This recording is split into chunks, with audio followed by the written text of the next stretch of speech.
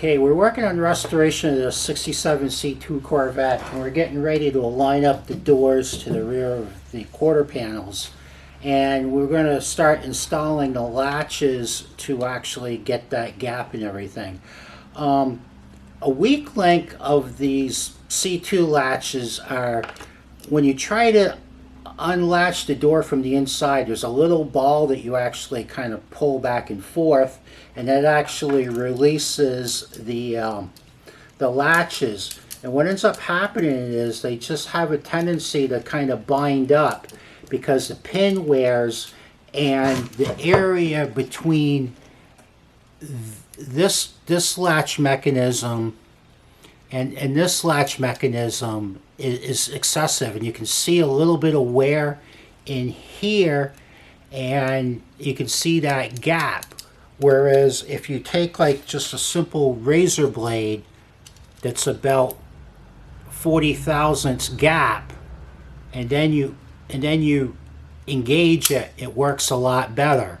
So what we're going to do is remove these by grinding this pin off, and then we're actually going to weld about 40 or 50 thousandths onto that edge of that latch, and we're going to reassemble it, and that'll actually allow these doors to open so much nicer. So follow along as we repair these latches. Okay, so we've got these latches all cleaned up now, and the area of concern is, again, this gap between this finger and this. So if you pull on this, and this is like what's happening with when you try to open the door.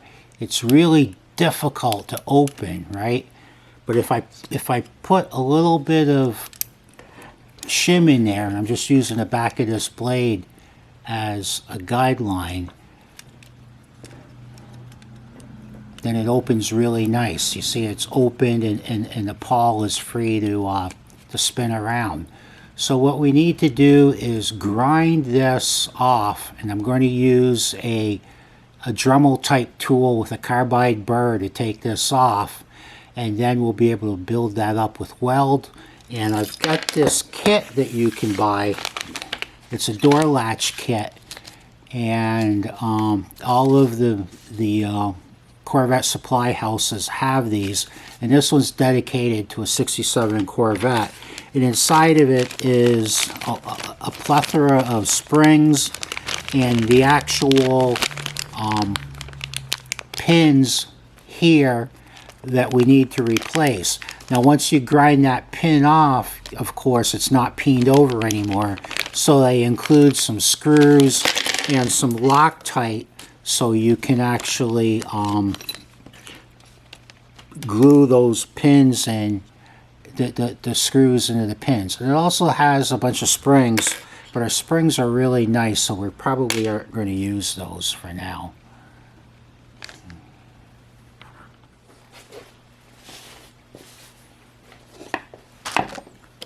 Okay, so now we're going to remove these pins, and all I do is just grind it with the Dremel tool.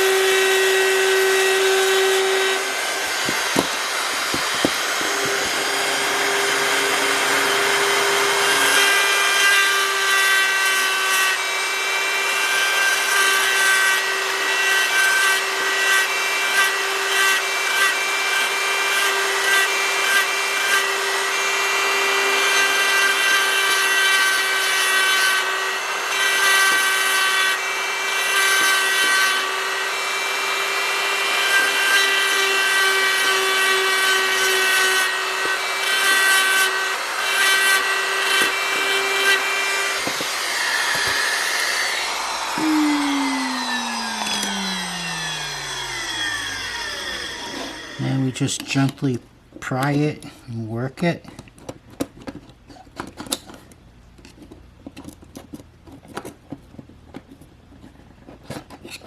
No hurry on this, just take your time.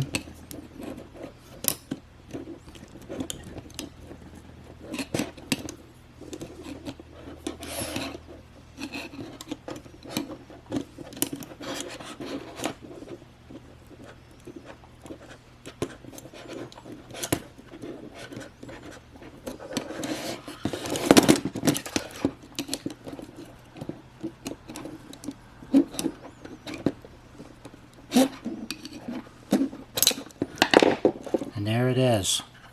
We'll now undo it from the spring, and then we'll rework it. And you can see here's the and there's the pin. Okay.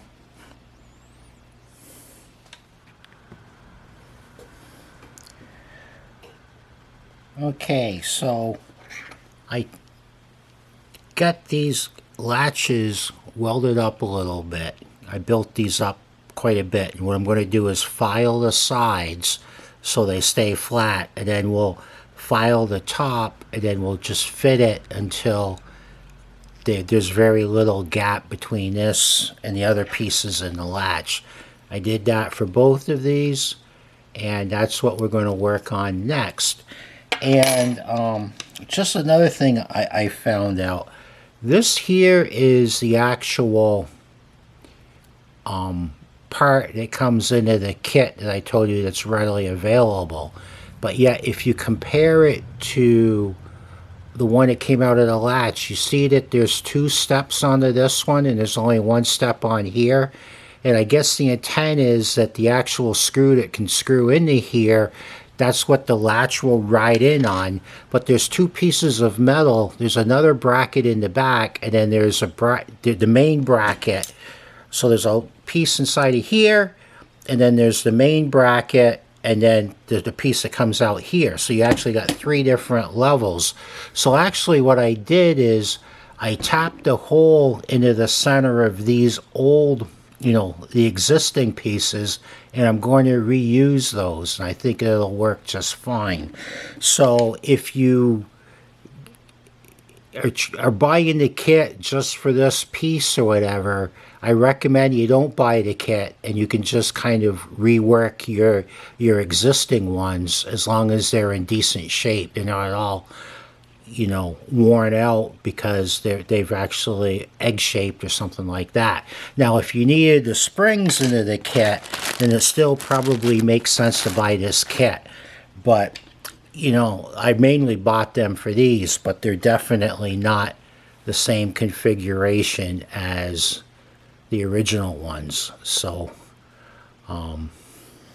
that's too bad. So, like I said, I'm going to work these sides so they're nice and flat, put it together with these, and then I'll just kind of file this to fit.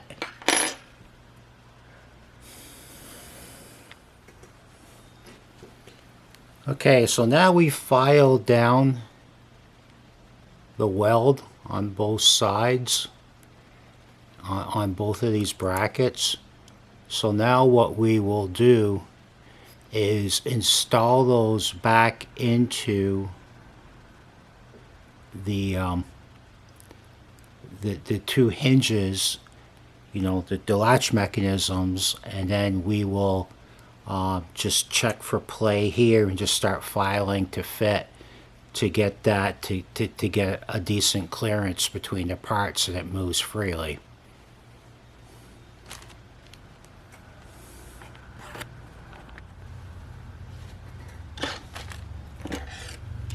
Okay, so I put the hinges all back together again, and I didn't even really need to file that face. There was enough slop and clearance in there that I didn't even really need to touch that face, so I just filed the sides. Right now, ultimately, I'll replace these with some button head screws and Loctite them in place, but You know, you can see that I'm getting full movement of this latch now, and this is the lever that goes to the ball on the inside of the door. And if you look in here, you know, when I open it all the way, I've got lots of clearance under the ratchet and pawls, so there's a lot of clearance in here, so we're actually able to utilize the full stroke of whatever we're going to with the actuator. And these hinges are in really good shape. This is actually the original plating on these, and they cleaned up really well. So, you know, we'll strategically place some lubricant in the different spots. But with that being said, this hinge repair kit, you know, the pins that onto these hinges, that there's 3 steps into it. One step is to go on to the steel stamping on the inside. There's another step that goes onto the main body, and then there's another step for this actuator that we actually reworked. There's absolutely no steps onto this, and you know, the intent is that the screw that screws into it is the locating surface for the part that we actually rework. But you know, you'd still have slop in it, and it really doesn't work because the diameters of the inside stamping and the housing are different. So